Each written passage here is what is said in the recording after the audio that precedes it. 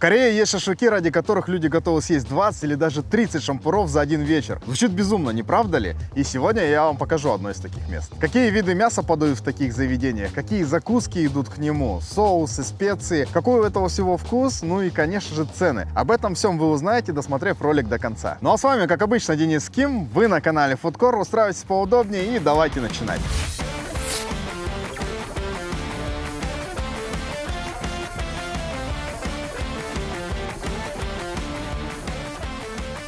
Друзья, мы пришли в заведение, которое специализируется на как раз-таки этом блюде янкочи. Нам уже разожгли мангал, мы набрали небольшое количество панчанов и, собственно, ждем, когда нам принесут сначала мясо, потому что у нас там в сет, который мы взяли, входит мясо, конечно же, баранина. Ну а после этого мы пойдем уже пробовать непосредственно вот эти наши шашлычки. Очень мне нравится в корейских ресторанах это вот эти вот выдвижные ящики со столовыми приборами. И знаете, это уже такой индикатор корейского щиктана. Обязательная вещь, и мне она безумно нравится.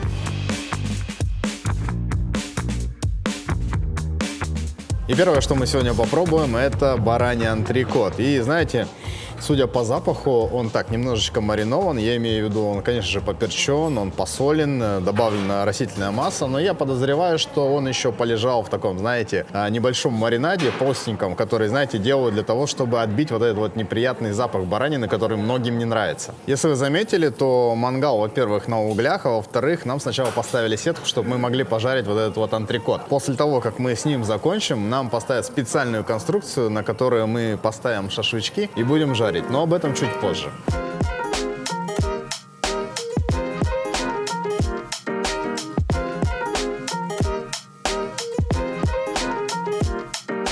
Посмотрите на этот красивый кусок мяса. Вау, уже не терпится его попробовать.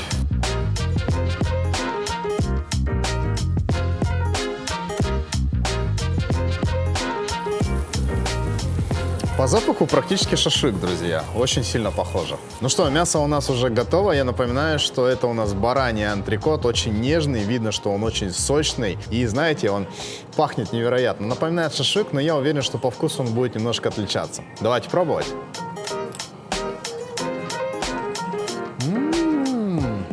Он не просто сочный. Он тает во рту.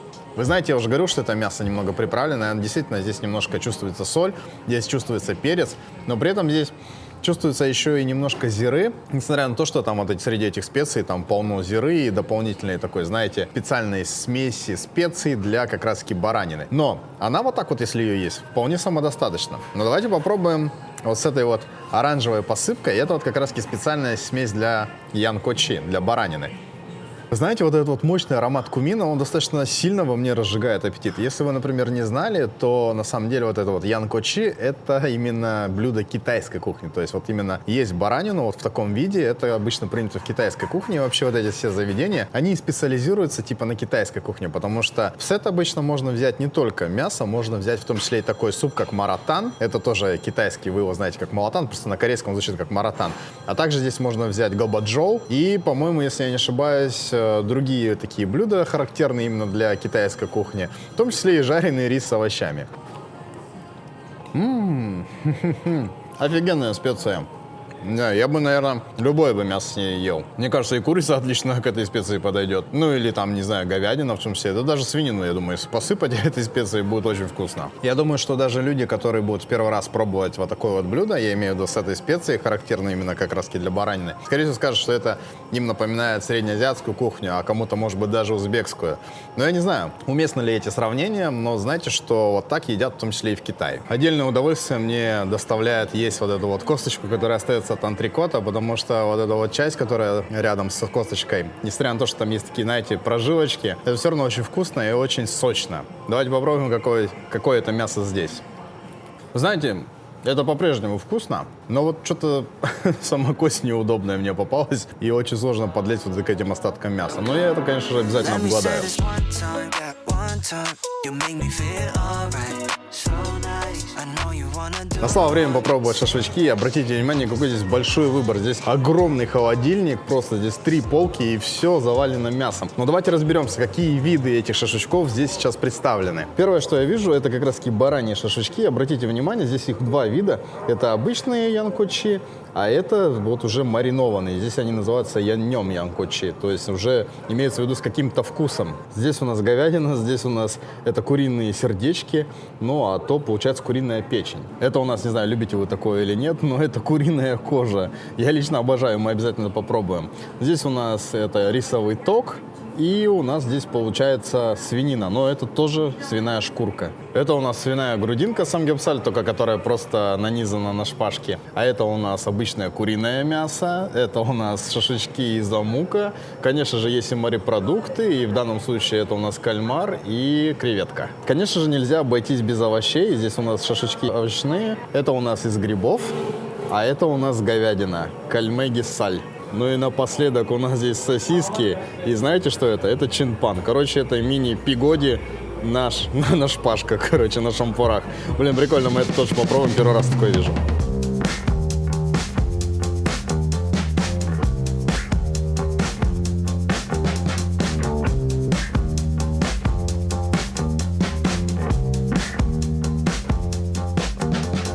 Этот мангал, он просто потрясающий. Если вы обратили внимание, тут включается с помощью кнопки он и запускается этот механизм, с помощью которых они автоматически переворачиваются. Очень важно, когда вы выкладываете шашлычки, уложить эти шампуры правильно, потому что здесь вот по кругу, точнее по периметру этого мангала, там есть такие маленькие дырочки, и у этой шпажки, у каждой шпажки, вот видите, вот эта вот звездочка есть. И как раз таки она цепляется за эти дырочки и вот таким вот образом крутится. Не знаю, как вам, но на мой взгляд, это гениальное изобретение. Во-первых, потому что сами шампуры небольшие и, собственно, порции небольшие, соответственно, переесть очень сложно. Но, что мне больше всего нравится в этой конструкции, что вам не нужно постоянно самим вертеть. Кто-то поспорит, что это какой-то особенный процесс. И я с вами соглашусь. Но когда ты сидишь в ресторане и, допустим, общаешься со своими друзьями, не особо хочется постоянно проверять, как там дело обстоят с нашими шашлыками. Но еще что мне нравится, что здесь не газ, а что здесь именно угли. Мы специально начали с мяса, которое не маринованное. То есть имеется в виду без специй, без ничего. Просто, допустим, вот тут говядина у нас, вот здесь у нас баранина. Для того, чтобы попробовать именно настоящий вкус вот этих шашлыков. А уже потом мы будем пробовать приправленные, маринованные, ну и так далее. Здесь есть большая зона, где ты можешь сам себе набрать панчаны, и несмотря на то, что это ресторан типа китайской кухни, мы все-таки находимся в Корее, и тут, понятное дело, панчаны, закуски, они именно корейские. Ну, большая часть, по крайней мере, из них. И я говорю, конечно же, про кимчи. Здесь оно достаточно вкусное в большом количестве. Также здесь есть маринованная редька мусенче, также маринованный лук репчатый. Я его, кстати, просто обожаю. Прекрасное сочетание всегда с мясом составляет. Ну и самое вкусное здесь, на мой взгляд, это маринованные грибочки. Они тут просто невероятные. Они сначала жарятся, либо тушатся, а уже потом маринуются. И вкус у них потрясающий. У нас уже первая партия из 4 вот этих шашлычков поджарилась. Смотрите, как они равномерно поджарены. Красивая корочка у них. И все благодаря вот этому мангалу. Потрясающая штука. Давайте пробовать. Знаете, из-за того, что здесь мясо нарезано небольшими кусочками, готовится достаточно быстро. Я не знаю, мы где-то, наверное, минуты 4 всего лишь ждали. И уже можно есть. И это очень здорово. Ну, а пахнет на самом деле похоже вот как тот антрикот. Но я думаю, что это будет почему-то вкуснее. Давайте пробовать. Знаете, почему вкуснее? Потому что вот эта корочка, она здесь почему-то лучше. Более равномерная. Ну, очевидно почему. Ну и из-за этого у тебя снаружи все хрустит, а внутри просто тает. Первый шашлычок прикончили, и шампур отправляется в такое специальное ведерочко.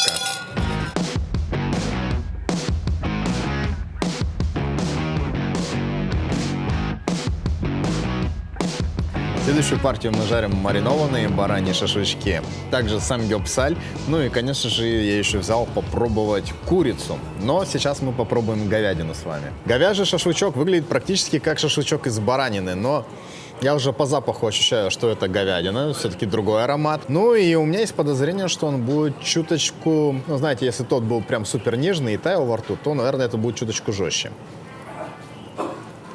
А нет, как ни странно, этот даже сочнее. Все-таки, знаете, из-за чего?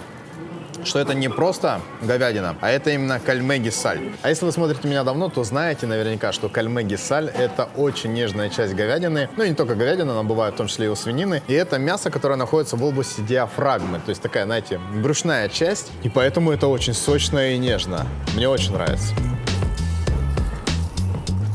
Не знаю, любите ли вы куриные сердечки, но здесь они тоже есть. И я подозреваю, что это будет достаточно жестко и специфически по вкусу. Но лично я люблю. И, кстати говоря, я люблю делать хе из куриных сердечек, либо хе из куриных желудков. Кстати, это не жестко. Это, знаете, как есть какой-то снэк. То есть он хрустит, но при этом такой упругий, но жуется очень легко. Достаточно вкусно. Ну, не знаю, есть куриные сердечки, когда у тебя полный стенд есть говядины и баранины. На мой взгляд, как-то странно. Невероятно любимый всеми корейцами самгепсаль здесь тоже есть. И знаете, он выглядит как самый жирный шашлык. Но это не удивительно, потому что здесь достаточно толстые прослойки жира. Но при этом он и выглядит аппетитно. Ну, не знаю, как вам, но я лично люблю самгепсаль, поэтому ждал его с нетерпением. Давайте попробуем, и я предлагаю его предварительно макнуть в соль. Ну что, пробуем первый кусок. А он непростой. Он маринован по-китайски. И вот этот китайский маринад, у меня к нему двоякое ощущение. Знаете почему?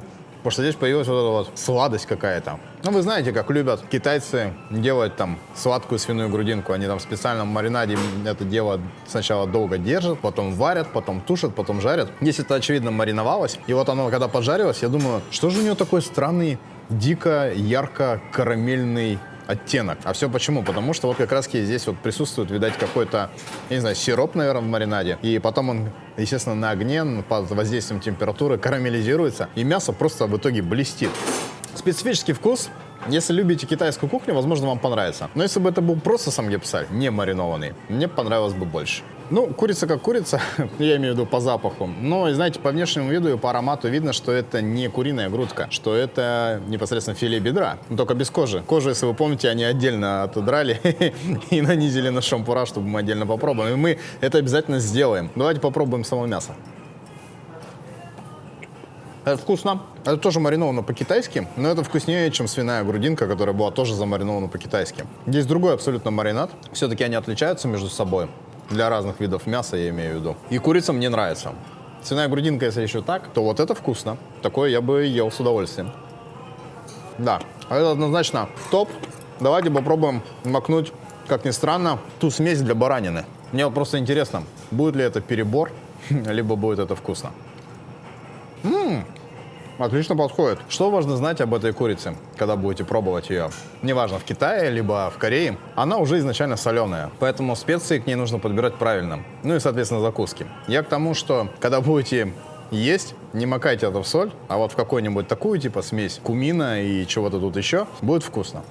Ну что, друзья, с пылу, с жару у нас приготовился шашлычок из баранины, который был замаринован в специях. И у меня есть подозрение, что он замаринован просто вот в этой специи.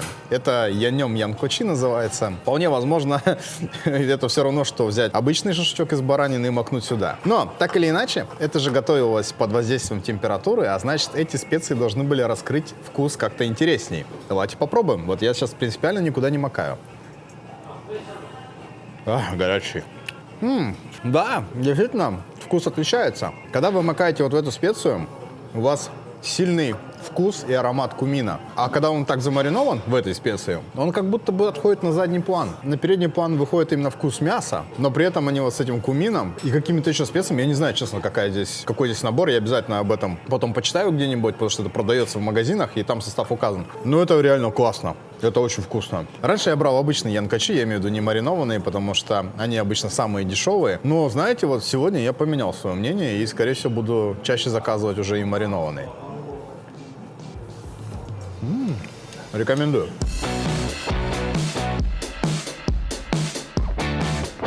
Ради интереса мы сейчас попробуем, конечно же, овощные шашлычки. Я не питаю какую-то особую, не знаю, у меня нет никаких-то там, знаете, завышенных ожиданий, поэтому возьмем всего лишь два. Возьмем 2 шашлычка из омука, конечно же, возьмем еще 2 шашлычка из кальмара и, наверное, один мы возьмем шашлычок из креветки.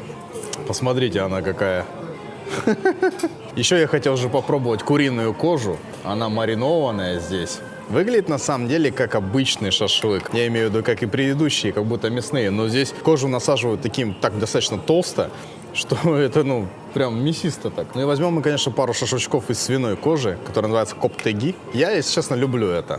Не знаю, многие говорят, это невкусно. Ну, поверьте мне, в Корее это вкусно. Так, ну давайте еще просто ради интереса возьмем сосиски. Просто одну шпажку. И вот это вот. Помните, да, я говорил, мини-пигоди, булочки вот эти вот. Тоже возьмем одну штучку. Strawberry side on the side next to you. No wasting time. Can you tell me the truth? I'm feeling you, yeah, I'm feeling you. Oh, oh. Я вспомнил, что у нас в сет входит еще жареный рис, и решил этим воспользоваться. Скажу честно, я обычно, когда в такие заведения хожу, рис — это последнее, о чем я вспоминаю. Но так или иначе хочется попробовать, что они там приготовили.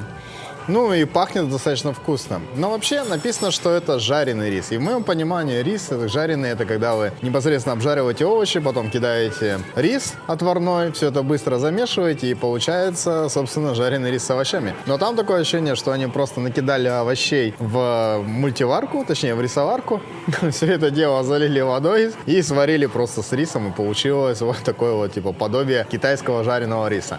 Но мы сейчас попробуем, и я вам скажу точно, так это или не так. Я был прав, но они налили сюда не воду, а куриный бульон. И это вкусно, действительно вкусно. Ну, конечно же, еще посолили. Честно скажу, надо попробовать дома так сварить. То есть накрошить мелко овощи разные. Конечно же, еще омлет, я имею в виду жареное яйцо в конце кинуть. Но рис отварить в курином бульоне. Это будет вкусно. Это будет, скорее всего, вот так. Знаете, вот это заведение, мне оно очень нравится, потому что оно достаточно атмосферное. И, как ни странно, здесь сюда приходит достаточно много молодежи. Хотя, наверное, странного в этом ничего нет, учитывая здешние цены. Но что здесь еще важно? Именно что работает на атмосферу? Что здесь играет корейская музыка, знаете, такого народного формата. Не имеется в виду прям именно народное-народное, а я имею в виду олдскульный такой, знаете, корейский недошансон. Именно такой, знаете, не знаю, который, короче, музыка, которая была популярна там в 70-х, 80-х, ну и, конечно же, в 90-х. И это, знаете, создает такое вот ощущение фейковой ностальгии. Это, знаете, когда вот кто-то там скучает по 80-м, американским 80-м, в которых никогда не жили. Ну и вот, собственно, у меня вот примерно сейчас такие же чувства. Первым у нас, конечно же, приготовился кальмар, потому что он готовится буквально 2 минуты. И может показаться сначала, что он тут у меня немножечко подгорел, но на самом деле нет, так как он рядом стоял с кожей, а кожа у нас, как вы помните, в каком-то маринаде, он немножко испачкался, и, собственно, вот этот маринад подгорел, и он что какой-то, видать, судя по всему, сладенький, карамелизовался, в общем. Ну, давайте попробуем. Кальмар как кальмар. Любите морепродукты — берете кальмар. Не любите — не берете. Я к морепродуктам большинству равнодушен. Ну, вкусно. Ну, баранина вкуснее, друзья. Следующее, что мы пробуем, это свиная кожа. И знаете, многие думают, что в Корее это едят старики, но на самом деле молодежь это тоже обожает. Особенно под холодную бутылочку соджу. Кстати, наверное, соджу стоит взять еще, прикупить, тоже поставить на стол. В любом случае, давайте пробовать, потому что лично я свиную кожу обожаю. О, обжигает рот. Она горячая. Она еще и острая, как я люблю. Идеально приготовлено. Как ни странно, если у нас свиная грудинка, самгепсаль, была замаринована по-китайски, то вот в данном случае свиная кожа здесь замаринована именно по-корейски. И мне это очень нравится. Я думаю, что здешние владельцы все-таки ориентируются, понятное дело, на корейцев, на хангуков, и поэтому сделали именно в корейском стиле. Но лично скажу вам, самгепсаль мне не зашел, но вот это очень вкусно, и я бы это с удовольствием еще бы съел. Вы только посмотрите. Это же просто кожа. Ну вот серьезно, они взяли, содрали кожу с курицы и сделали из этого шашлык. Она маринована, кстати. Тоже здесь какой-то соус, и по запаху чувствуется, что корейский. Я люблю кожу, я имею в виду куриную. Скажу честно, когда я жарю там какое-нибудь куриное бедро, либо запекаю, кожа — это мое самое любимое. Ну что, пробуем? Ну что, друзья, это вкусно. Но на данном этапе, когда я уже почти сыт, это капец как жирно.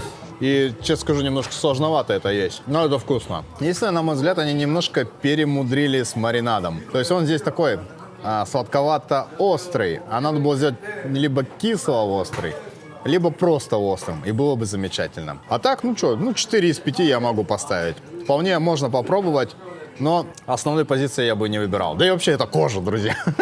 Это надо просто попробовать, типа сказать, о, прикольно, и все. Ну что, время настало попробовать шашлык из омука. Если вы не знаете, омук — это рыбье тесто, фишкейк это называется. И я не думаю, что это прям что-то невероятное, потому что омук обычно принято есть либо вареным, либо жареным во фритюре. Жареным вот в таком формате, ну, немножко спорно. Давайте попробуем. Запеченный рыбный пирог, только с ярко выраженным вкусом, не сколько именно рыбного пирога в нашем привычном понимании, а именно с ярко выраженным вкусом крабовой палочки. Вот и все, ничего особенного, абсолютно не стоит вашего внимания.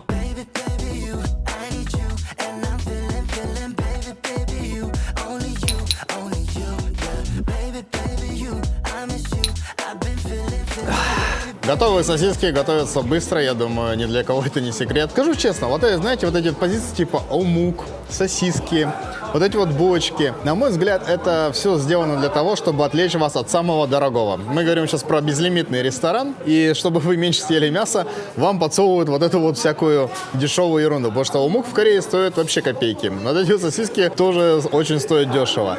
Ну давайте попробуем, может быть, это вкусно. Я уверен, это вкусно, но это не мясо.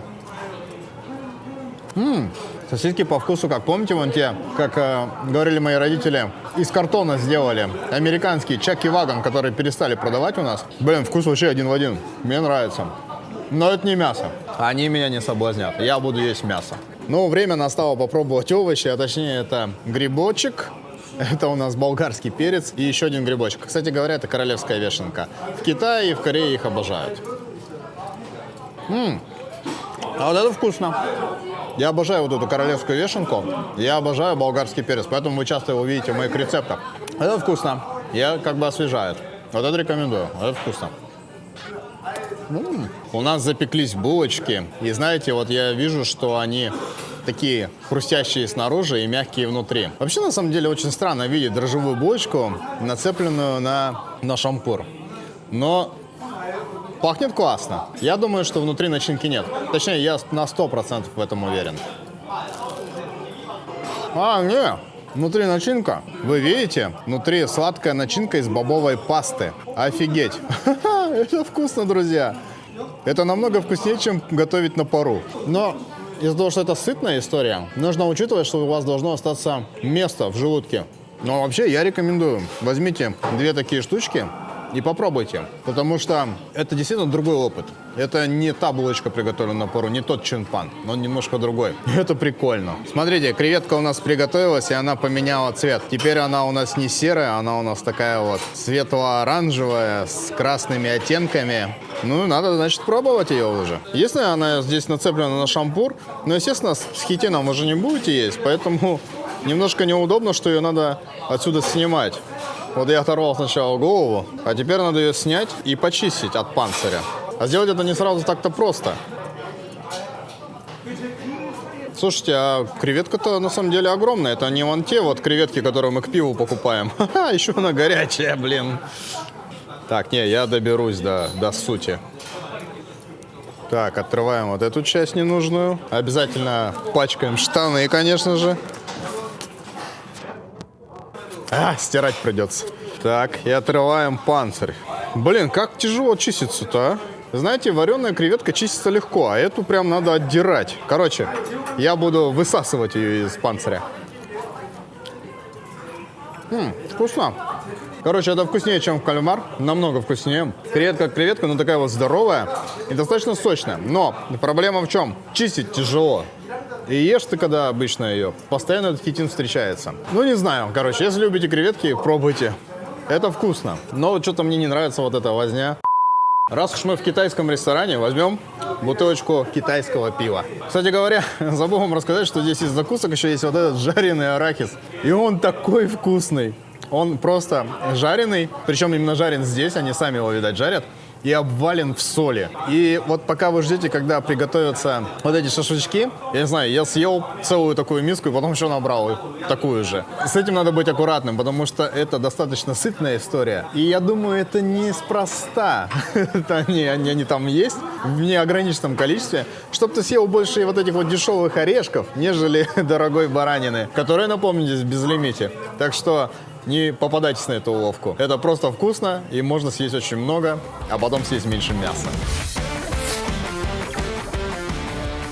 Друзья, наша трапеза закончилась, уже по традиции снова наступил вечер. И мы там сидели 2 часа, и было очень вкусно, друзья. Ну и, как я вам уже советовал, когда вы приходите в такое заведение, можно, конечно, поэкспериментировать с разными видами шашлычков, но я рекомендую именно налегать на мясо, а именно на баранину, потому что это там самое вкусное. Ну что у нас по ценам, спросите вы? Так вот, если вы берете мясной сет, в котором можете есть мясо сколько угодно, и, кстати говоря, в котором нет ограничения по времени, он стоит 57 тысяч вон. Это в районе 3000 рублей. Плюс мы взяли еще напитки, а именно бутылку соджу и бутылку пива, это еще плюс 10 тысяч вон. Итого 67 тысяч вон. Это, соответственно, где-то 3600. Я считаю, что на двоих это более чем нормально. Но я надеюсь, что видео вам понравилось. Обязательно ставьте лайки, а также подписывайтесь на канал. Ну, а я напоминаю, что с вами, как обычно, был Денис Ким. Вы были на канале Food Court. Спасибо большое, что досмотрели это видео до конца. И увидимся с вами в следующих роликах. Всем пока!